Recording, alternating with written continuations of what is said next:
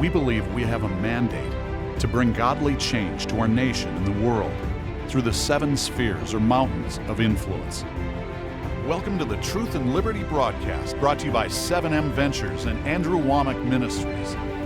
Hello and welcome to our Truth and Liberty Monday night live cast. Man, we are excited to have you with us, and we have Bill Federer with us today. I listen to him every day. I get his American Minute. It's awesome. And I was reading your resume, Bill, and it's 3 pages. Man. You know, but I read the whole thing, and you did not list us as one of the things that you've done. I'll have to change it. I'll have to fix it. I'll do that. We're the only people in the world that's not listed as having Bill Federer on their program. But, man, we love having you. And, of course, we got Karen Conrad and Richard Harris, and we've got a lot to talk about tonight. And I want to encourage you to listen in because, you know, the midterm elections didn't go the way that I wanted them to, but I think that there's more positive in it than what many people know. So we're going to be talking about that. We're going to be talking about some of the issues of counting the ballots. Bill has been through this. He's run for Congress. And anyway, we'll talk about that. It's going to be very interesting and things that will help you. So we'll come to that in just a few minutes. But this is Karen Conrad, and I'd like her to give you some information about how you can participate.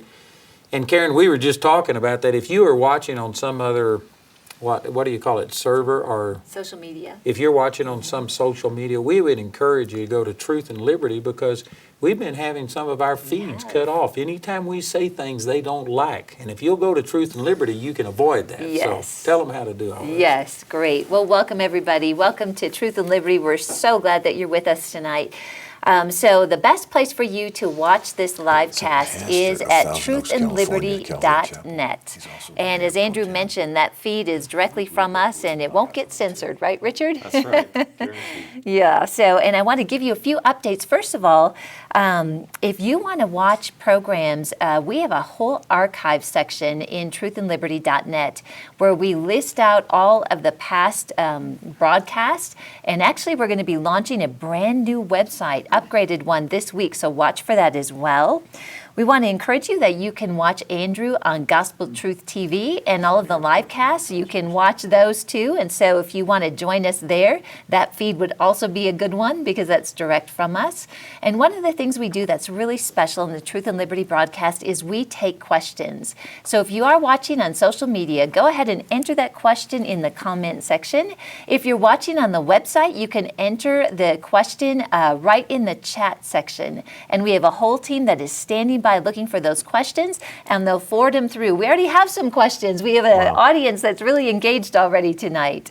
Also, I always let you know that this is a viewer-supported live cast. If Truth and Liberty has been a blessing to you and God's put on your heart to contribute and help fund it, you can do so at truthandliberty.net, or you can call our phone center at 719-635-1111.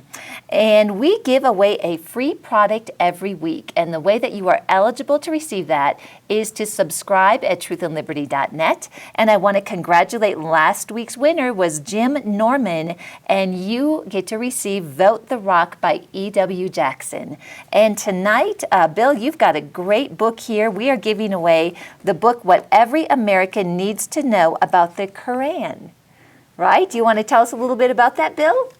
Sure. It goes through the 1400-year history of Islamic expansion. And so Muhammad went from being a religious leader to a political leader to a military leader. And you have to understand him to understand those that are trying to be like him. So Muhammad was a religious leader from 610 AD to 622 AD in the pagan city of Mecca.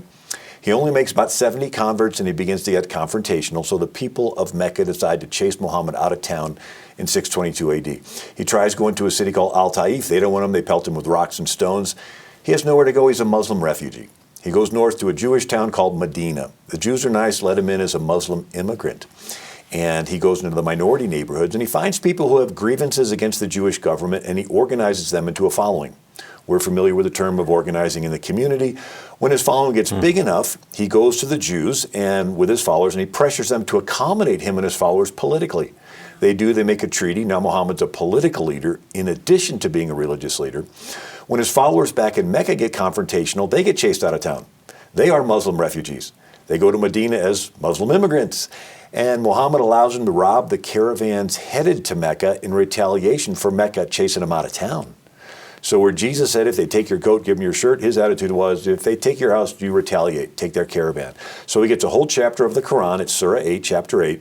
The title of the chapter is Spoils of War. He gets a fifth of the booty. There's even a verse that says, Allah has given you the slave girls as your booty. So he tells his men, you can have 4 wives plus as many extra as your right hand possesses. So he has 300 warriors. They rob caravans.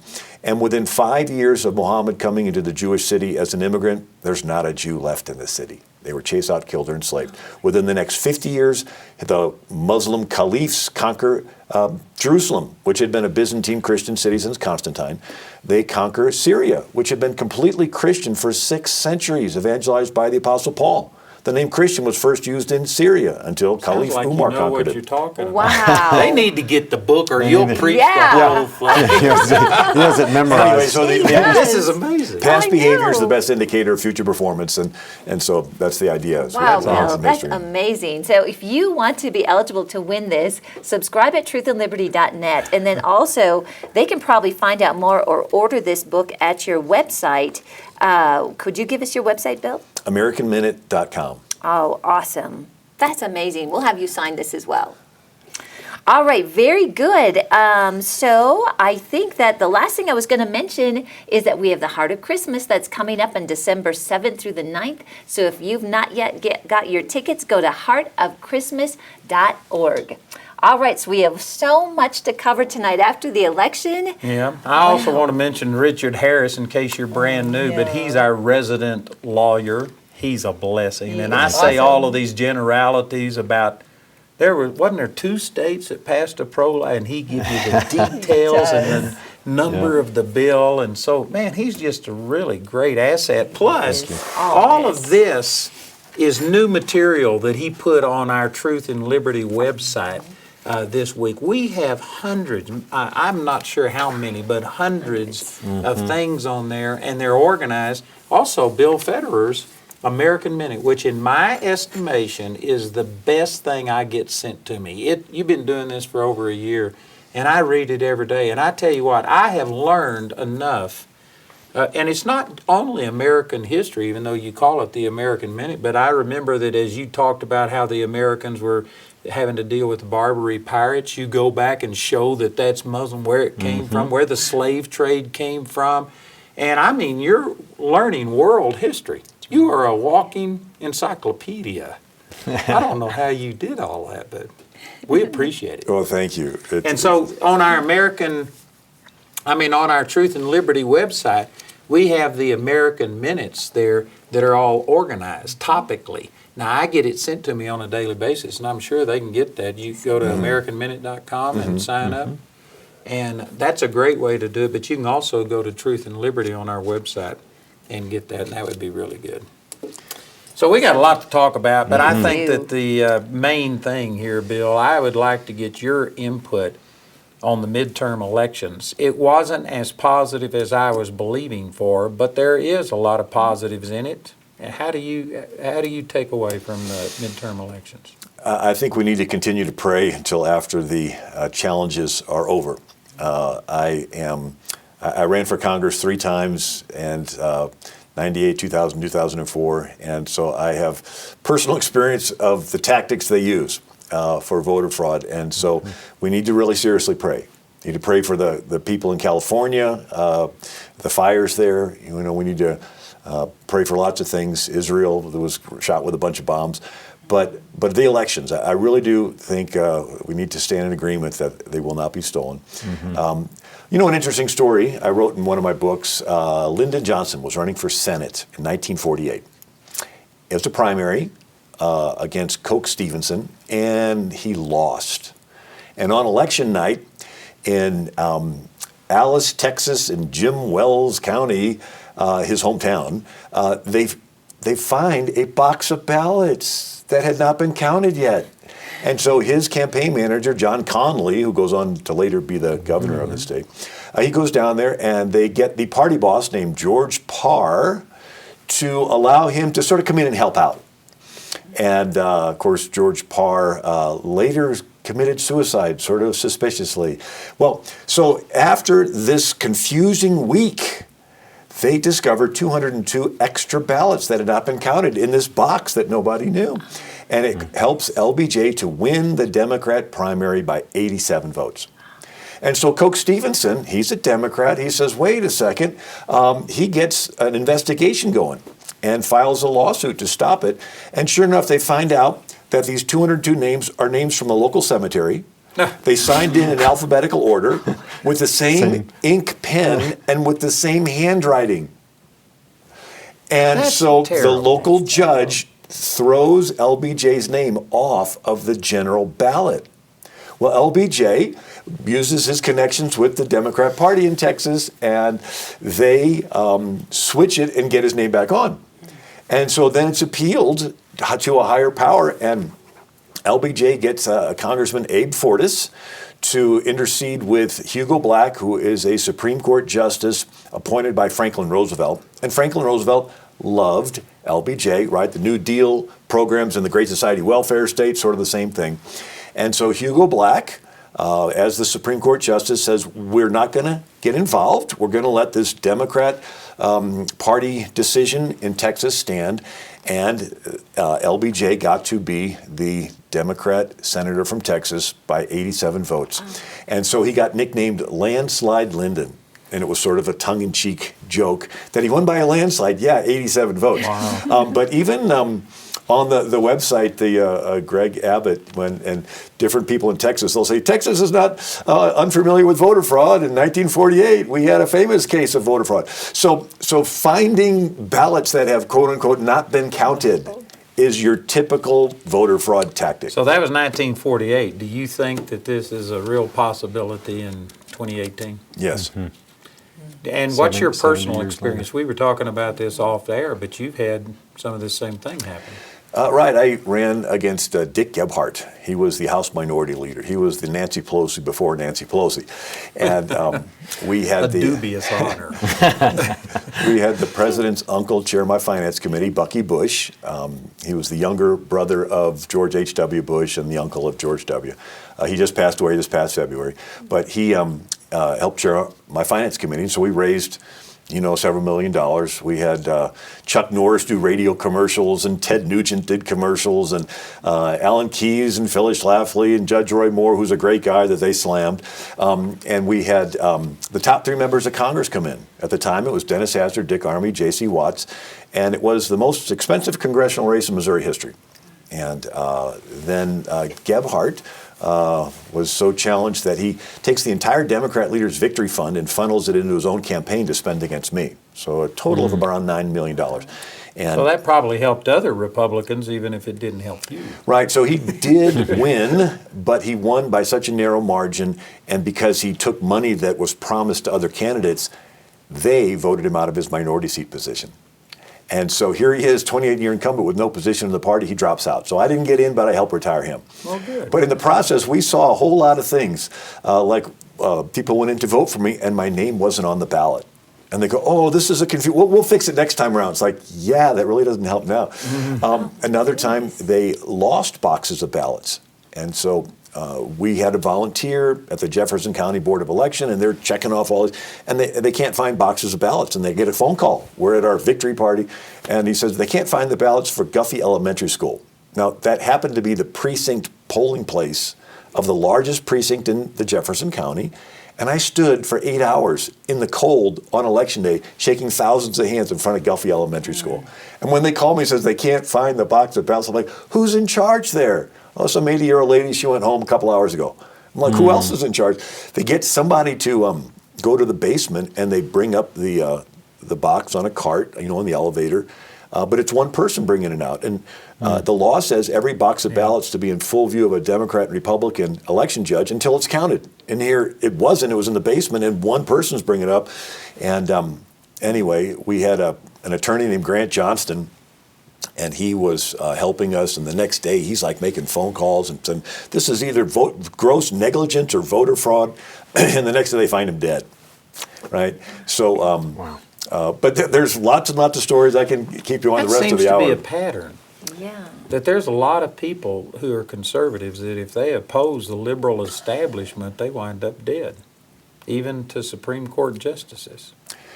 Yeah, we don't like to think that there is that capability in people, but think of it. If your party platform is to kill unborn babies, Yeah.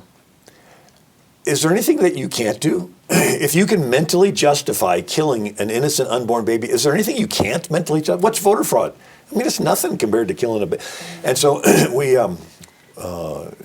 so it's a moral thing. And I've heard stories, and I'm not going to mention the name, but it's a very well-known person that apparently 45 people who have been associated with them have wound up dead. If I had 45 of my associates that wound up dead after doing business with me, somebody would be investigating me. And yet it seems like they get by with this. It's just, it's a shame. But I share those stories, and I don't want to discourage people from running, because if God's telling you to run, run. And every now and then a good person does get in.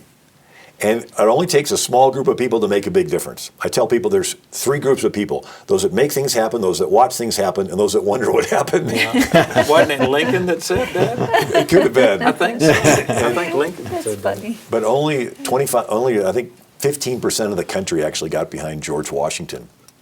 Half of the country was wanting to be loyalist and make up with the king. Yeah.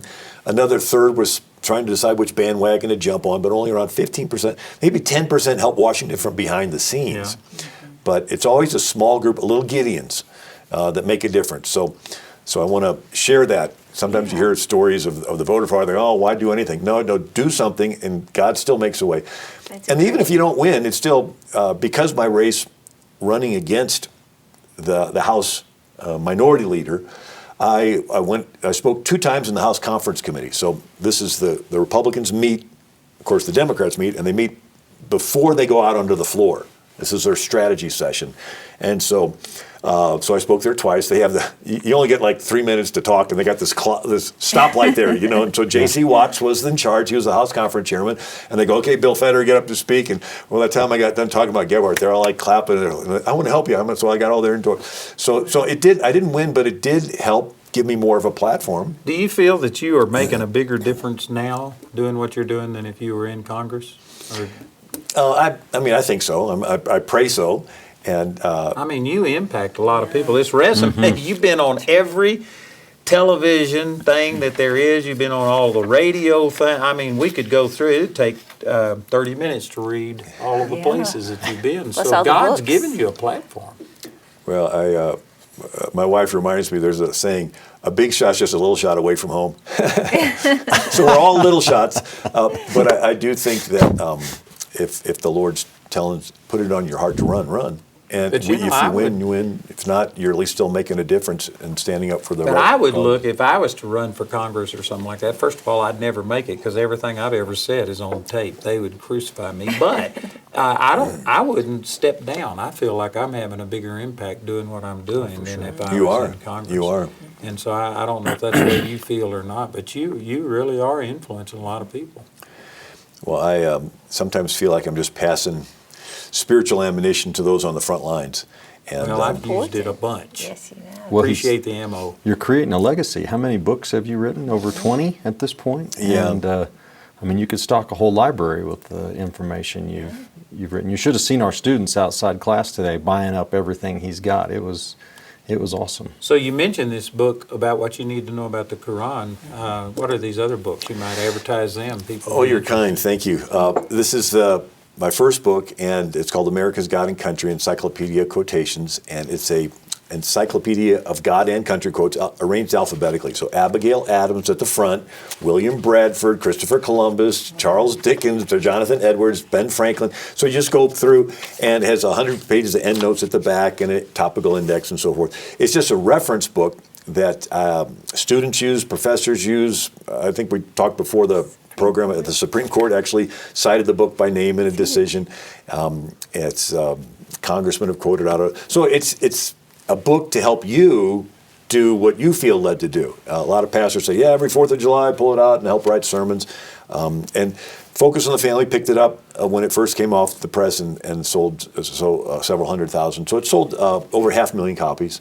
So they can get this good. by going to AmericanMinute.com? Yeah. Uh-huh. And What's your other books here?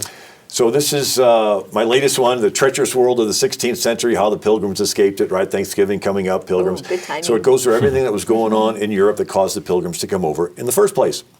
So you have the Muslims surrounding Vienna, Austria in 1529. Sultan Suleiman the Magnificent. And Martin Luther had just started the Reformation in 1517. And the Catholic Holy Roman Emperor is Charles V of Spain. And from his point of view, he's got a double dilemma. How do you know these things, Bill? It's just repetition. How many millions of hours have you spent studying all this stuff? That's Be a amazing. lot. But the line of thought is, so here's Charles V. He's got Protestant Reformation on one hand, Muslim invasion on the other. So he strikes a deal with the Protestants. It's called the Peace of Augsburg of 1555. It's the first treaty ever to recognize Protestants. And in this treaty is a little Latin phrase, cuius regio ius religio, which means whose is the reign, his is the religion. So this let every king decide what's going to be believed in his kingdom. Prior to this, everybody would be Catholic. Now, so Germany becomes Lutheran, Switzerland Calvinist, Scotland Presbyterian, Holland Dutch Reformed, England Anglican. And if you didn't believe the way your king did, you're persecuted, you flee. And so this mass migration of people shifting around Europe, and those were the ones that spilled over and founded colonies in America. Right? And so we focus on the Pilgrims. They're in England. The king's the head of the church. His advisor, he had William Tyndale burnt at the stake for translating the Bible into English. William Tyndale's last words were, "Lord, open the King of England's eyes." So the king decides he wants to divorce his wife, and he ends up marrying 6 wives. But his advisors, the Pope wouldn't recognize the divorce. And so his advisors say, if you really want to break with the Pope, you need to stop using that Latin Bible. Get an English Bible. The German princes have Luther's German Bible. It goes, great, get me an English Bible. They basically take William Tyndale's work that he just killed 3 years earlier, and they polish it up. They call it the Great Bible. He orders it put in every single church in England. They would chain it to the pulpit. It was called the Chained Bible. But people got to read it. For the first time ever, the English people read the Bible in their own language. But something unexpected happened. They began to read it and compare what's in it to this king divorcing and beheading his wives, and they wanted to purify the Church of England. And the king's like, I don't need any purifying, so he persecuted them. And another group said, it's beyond hope of purifying. We're going to separate ourselves. And they would meet in secret barns and basements. They finally fled to Holland. They fled to America. We call them Pilgrims. And That's awesome. I did not know that. That's yeah, it's really, amazing. When you understand the setting that they came from, it really helps you to see that, man, all of these things that they're accused of, that they were just wanting government freedom and stuff like that. It's not true. It was a religious movement. The Absolutely. king passed the Act of Uniformity. What's that? That means that, yes, you can read the Bible in your own language, but no, you can't believe whatever you want. You have to believe what the king tells you to believe. If you have 5 people meeting in your home and you're talking religion without approval of the government, you are all criminals. They'll bust in the door and arrest everybody. If you're caught preaching within 5 miles of a town without approval of the government, you're a criminal. They'll arrest you and drag you before the Star Chamber. It's this room that had stars on the ceiling. I remember that in your American Minute. That was awesome. And they would cut you, cut off your ear or cut your nose in half or brand you on the face as a heretic and put you in the pillory and whip you. And so this is why the Pilgrims fled. But I talk about other things in the book, the calendar. Right, so all the Protestant countries use the Julian calendar, but it was like 11 days off from the Easter, and so. Well, Bill, I'm sorry to interrupt you, but you know what? It's like turning on a faucet. You can't stop. I want to get back to what is your take on the midterm elections? Are we better off, worse off, equal? What do you think? I think God's keeping the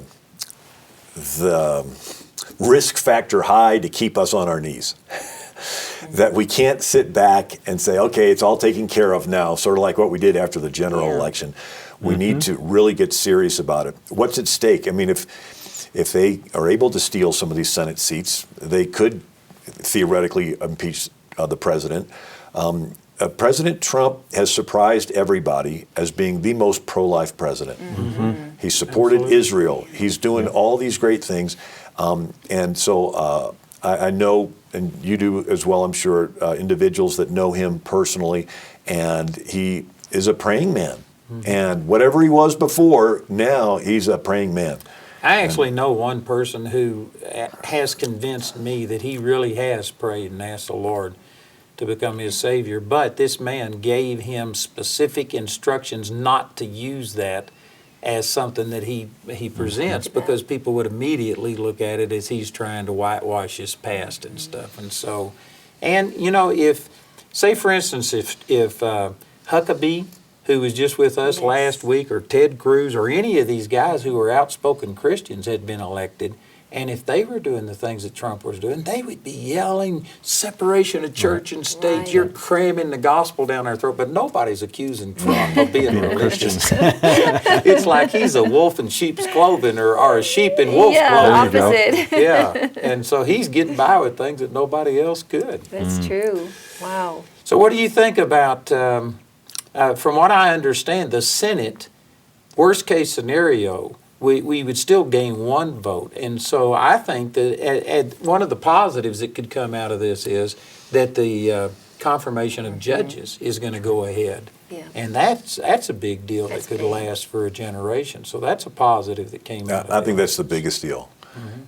And challenges to the election, if it gets into legal challenges, it's going to wind up before the Supreme Court. And it was just an act of God that Kavanaugh was able to get on there. That's true. And but it's I bring it out in this book, Who is the King in America, that you're the king. The people are the king, right?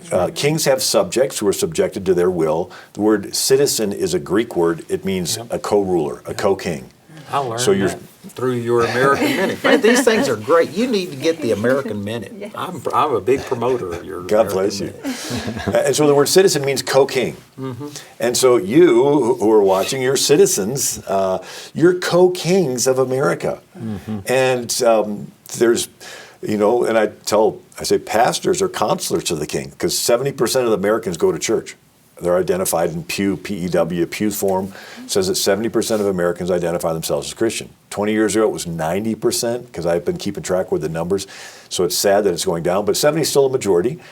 And they identify as Christians, which means they go to church, which makes the pastors in America counselors to the king. One of the pictures I flash up in my presentation is Theodosius. So you got Constantine converts, but then you got 370 as a Christian Roman emperor named Theodosius. He's going to church in Milan, Italy, and the pastor is St. Ambrose. And I think, imagine what it was like being Ambrose and having the emperor in your church on Sunday. Guess what? That's exactly what we have in America. Right? The people are the king. 70% of the people are Christian, which means they go to church, which means the pastor has the king sitting in the pew. And there's two kinds of pastors. One tells the king to go to sleep, don't get involved, be negligent, be lazy. And another set of pastors throws ice water on their congregations and say, wake up, you don't just have the right to vote in America, you're going to be held accountable to God for what happens. If they're teaching stuff to little kids that Jesus wouldn't teach, Jesus says, if you cause one of these little ones that believes in me to stumble, better than a millstone we put around your neck. And here we are thinking, we got to be really tolerant. We got to tell them, would Jesus tolerate? Would Jesus teach that? Right? I mean, if they're killing little babies, Manasseh, and this is a story that I sort of see America lining up with. Manasseh was a wicked, wicked king, sacrificing his kids to Moloch, filling the streets of Jerusalem with the blood of these innocent babies, like Planned Parenthood. And the prophets come to Manasseh and said, you are doing the exact things that the people that lived here before Israel came in did. And because they were doing that, I used the Israelites to drive them out. And because you're doing it, I'm going to drive you out.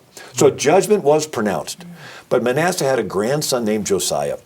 And he's, 16 years old, starts to seek the Lord. 20 years old, he tells him to clean out the temple that his granddad Manasseh had trashed. And they come out with the scroll, the law God. Jewish commentators say it was the last copy of the law on earth. And it was Moses' original one wrapped in burlap underneath some storage room stuff. They pull it out. The priests had never read it before. They go, oh, what's this? They read it. And they go, this is pretty serious. We better read it to the king. The king had never heard it before. And when he hears it, he rips his garments. And he repents. He says, dear God, we're facing judgment. And so he sends to a prophetess in town named Huldah, the wife of the king's tailor. And she says, tell the man that sent you that judgment will come on this country, but not during his lifetime, because he repented when he heard the words of the Lord. And so for the rest of the 31-year reign of Josiah, there's this prosperity. He has this enormous Passover. He has the Levites going out. He tears down the Sodomite temples. And there's this revival. And so there's this reprieve. Now, when he dies, it goes down the drain really fast with Zedekiah. They're taken captive. But God pronounced judgment, but there was this reprieve. And I think with the 60 million babies that have been aborted, if it happened and we didn't know about it, it would be one thing. But once it becomes front page news, legally we're an accomplice. I mean, Richard's a lawyer, that if you know about a crime and you're hearing about it, it's taking place, and you don't do anything about it, you share in the guilt. Certainly. You know, we were blessed to be on BVOVN broadcast on Tuesday night on election coverage. And Kenneth Copeland said that you're an accessory to murder if you vote for a person who supports abortion. And I thought, man, now that was a strong statement, but that's exactly what you're saying right there. Yeah. We are accountable for this. Yeah. I just happened to be studying Manasseh today. Wow. And reading all of that. And it was awesome, the power of the Word of God. And that's the reason, that we have this Truth and Liberty broadcast, is trying to interject what God has to say about it versus just a secular account where they're looking at things. And man, you're a walking encyclopedia. It's amazing. It is. So again, let me ask you this about the House is now under the control of the Democrats, and the Democrats have been delaying and fighting against and just they didn't have the power to totally stop, but they have just delayed, and government is just nearly ground to a halt. What's your prediction about what's going to happen until the 2020 elections? I do think that they're going to focus on Trump. That's been everything they've been talking about. I think that it'll be a gridlock as far as getting anything good done. Obviously, what they do has to go to the Senate, and then even if it passes, it has to go to the president to sign. So, but one of the tactics that I think we need to understand, one is called psychological projection. Sigmund Freud coined the term. Is where rude people call everybody else rude. All right? So a hateful person will call everybody else hateful. They'll even put up a website where they list everybody that they hate. And Karl Marx said, you accuse others of what you're guilty of. And so this has been applied into politics. And so David Axelrod was the former president's campaign advisor, and in NPR radio, April 2010, he said, in Chicago politics, we have a tradition where you throw a brick through your own campaign office window, and then you call a press conference to accuse your opponent. So in other words, you do the crooked thing, and then you blame your opponent of exactly what you did. Amazing. Wow. So maybe if you're receiving $145 million from Russian oligarchs in exchange for a fifth of the U.S. uranium supply, and you're colluding with the Russians, what do? You accuse your opponent of colluding with the Russians. So it's playing defense by playing offense. You're always on the offense, right? And so this tactic is used every day where those that are guilty of intolerance will blame the other person of intolerance. They'll do the crooked things, and then so whenever you see an accusation of somebody saying, well, this candidate's a hateful, intolerant person, look at the person that's throwing out the accusation, and more often than not, and so it's called blame the victim. Islam does this, right? So if a woman is raped, it's her fault for allowing herself to be used as a tool of Satan to tempt the man. So you blame the victim. Wife beaters do this.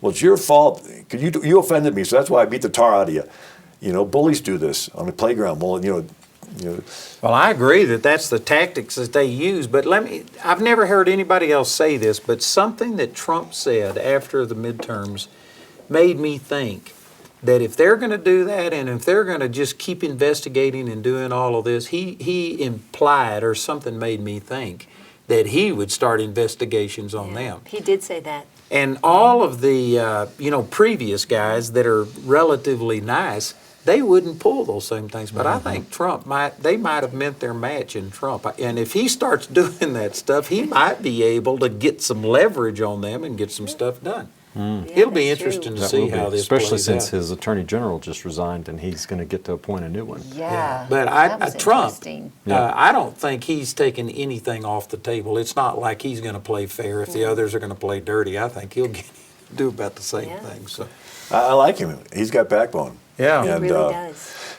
He went to a military academy growing up, and one of his classmates says that he would be the toughest competitor, but he'd be the first one to help you up afterwards and shake your hand and say, okay, let's get on with it. So I have a little brother that's like that. He would just love to fight, but then I have 11 brothers and sisters in my family, so we beat each other up and then we play together, I was just talking to Mike Huckabee this last week, and of course, he ran against Trump, and Trump said some really rotten things about him and stuff. And so I said, so how do you get along with Trump now? And he says, oh, it's behind us. And he says, but I've learned that if you push Trump, he's going to push back 10 times stronger. And if you push back to that, he'll push back 100 times stronger, and he will never quit. You will wear out of doing this before he will.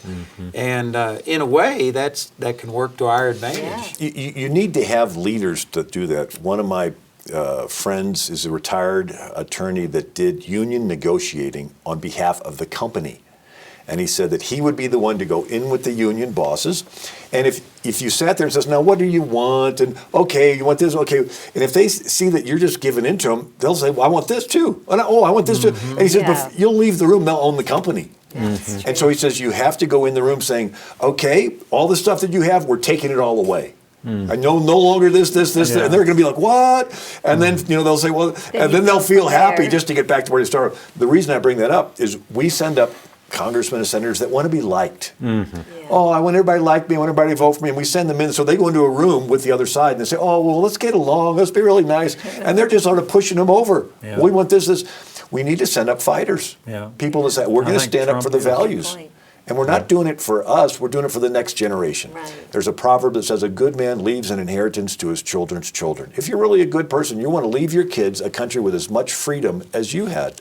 And there's no greater freedom than preaching the gospel. And even though we don't know the end result of this yet, but a year ago, Kim Jong-un was just terrifying the world. He was ready to start a nuclear war, and now the guy has basically been silenced, and it's not over.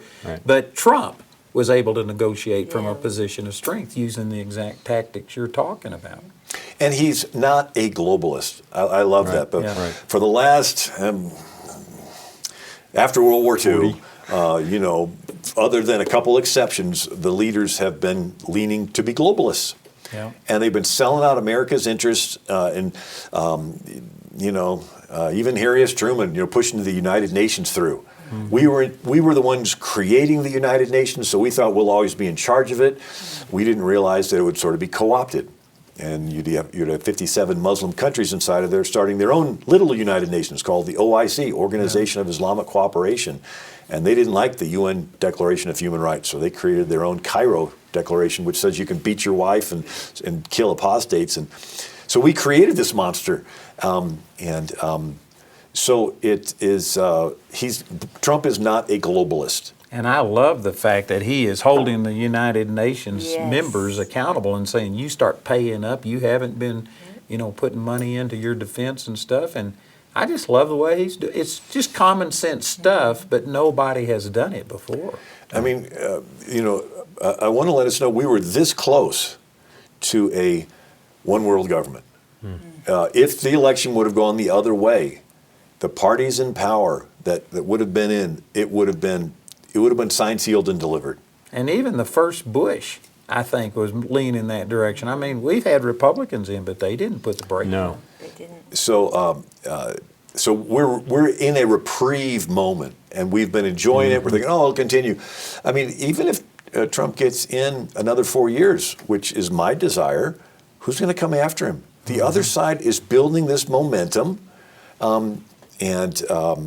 Anyway, I could. I saw a thing today where somebody was throwing Hillary's name out again and saying that she's going to win in 2020 and just trounced Trump. And anyway, I'd like to see that lady fade into history. But in a way, it might be good.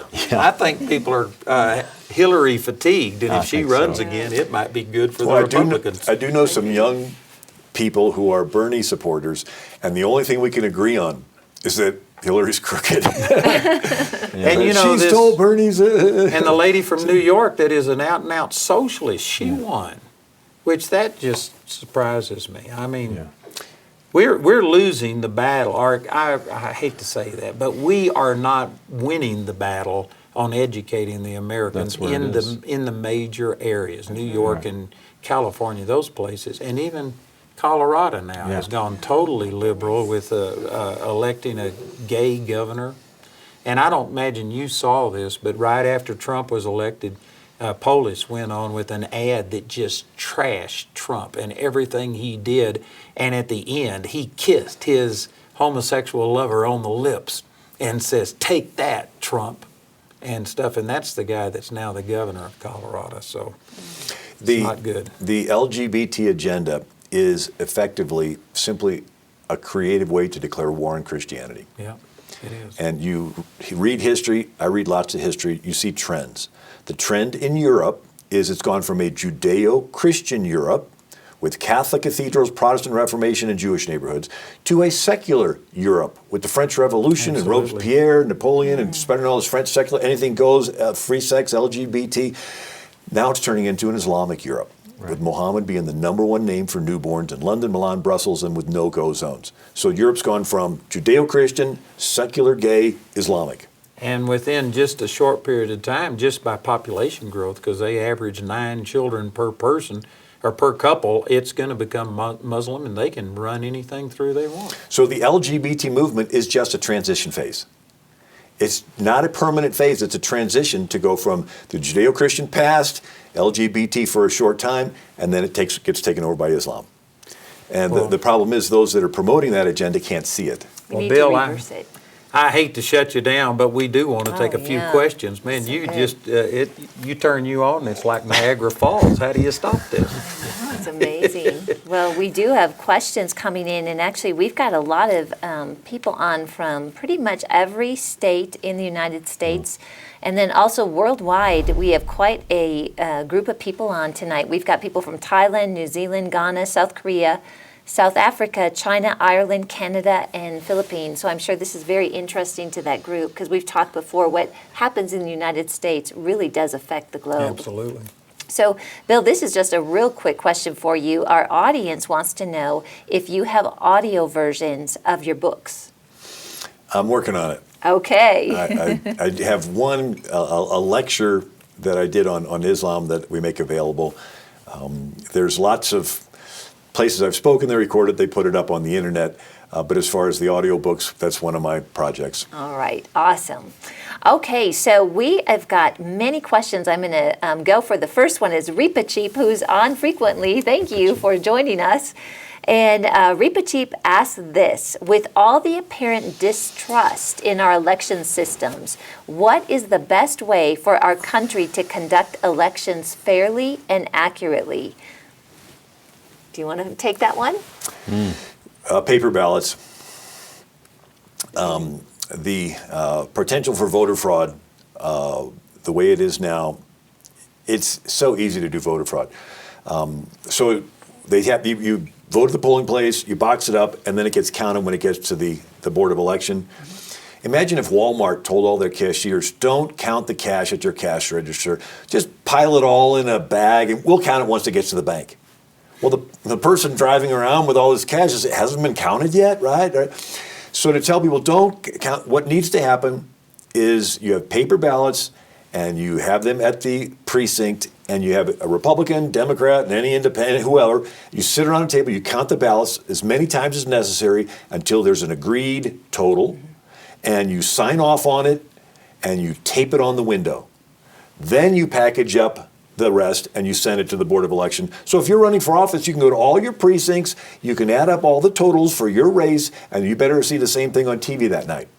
The way it is now, it's so open to voter fraud. And there is 100 different ways to do computer voter fraud. I mean, the computers with the antivirus software, the voting technology stuff, it's like preschool kids can hack into it. It's like so easy. They have programs that you can do the test the day before the election, the day after election. The computers work great, but on the day of the election, it's date sensitive. It does it into a pre-sorted, determined who wins, who loses. They have trapdoor programs where all the voting machines are logged into a central machine to report, but they can also go the other way and they can adjust it on the fly.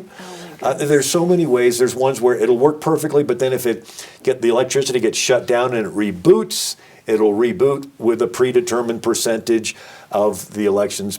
You can either have accountability or anonymity. You can't have both.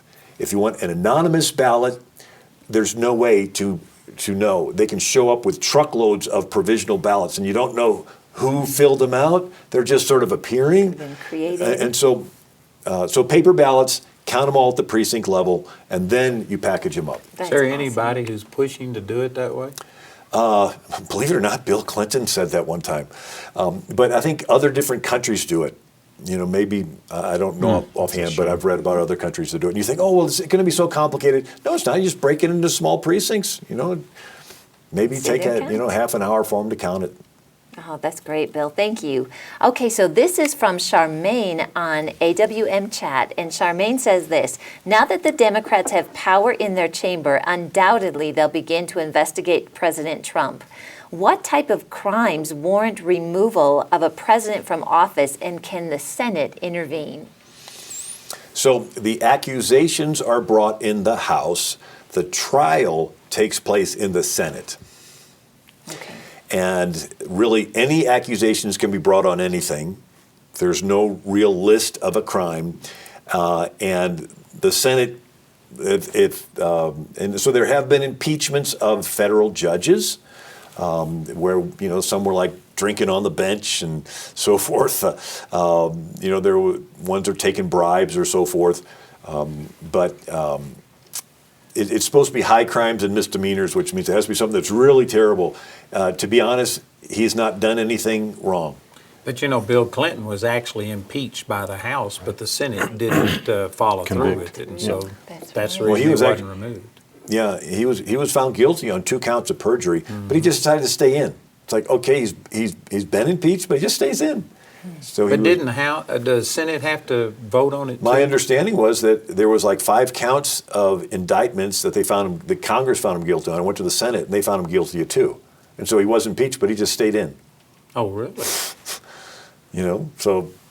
Well, I hadn't heard that. I hadn't either. Interesting. I thought that the House impeached him, but the Senate didn't verify it or something. Yeah. Well, this is from Sophia from Truth and Liberty Chat, and this is a great question. I may pitch this to you, Richard. Don't you think that the president should not accept the voting additions? In Georgia, one district had 760 votes, and the district only had 270 registered voters. How can we accept this? McSally conceded, and it was too soon. They need to check up on votes, and if they find out she won, can she get the seat back? Well, that's a good question, complicated question. The evaluation of returns and votes and that kind of thing actually happens at the state level. So the state election officials are the ones that are responsible for counting and determining who wins and who loses the race. If there's illegalities, violations of federal election laws, then that can be, lawsuits can be filed. That's going on in Florida right now.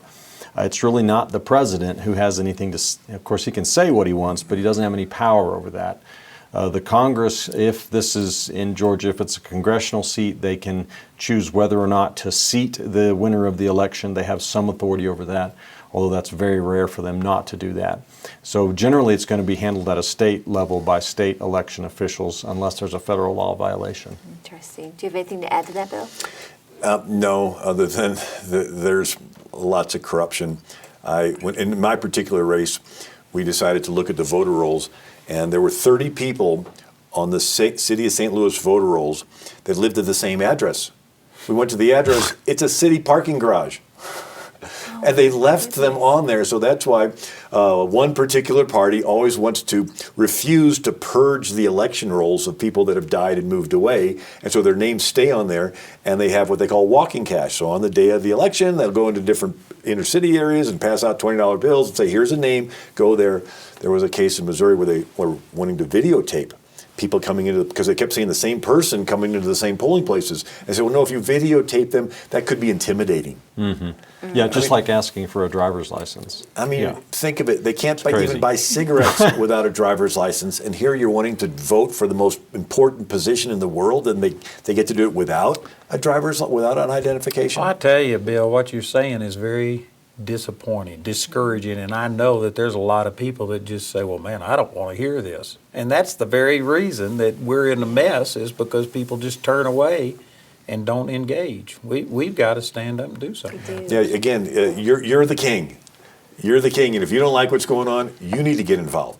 And somebody says, well, okay, but I need somebody to tell me what to do. Since when does the king sit on his throne and say, can somebody tell me what I'm supposed to do? Hey, butler, come here, what am I supposed to do? No, it's your job to get educated on the issues, seek God's will, and you tell your representatives what needs to happen. And getting these books would be a great start. It would. Finding out some of these Do you know, that things. makes it even more of a miracle that President Trump won. Right. It does. When you start to hear this, it's like, wow, that's amazing.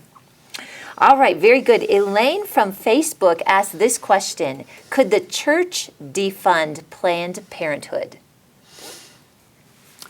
Yeah, if the percentage of church people that vote is so small, if all the church people voted, Christians would win every seat in every election every time.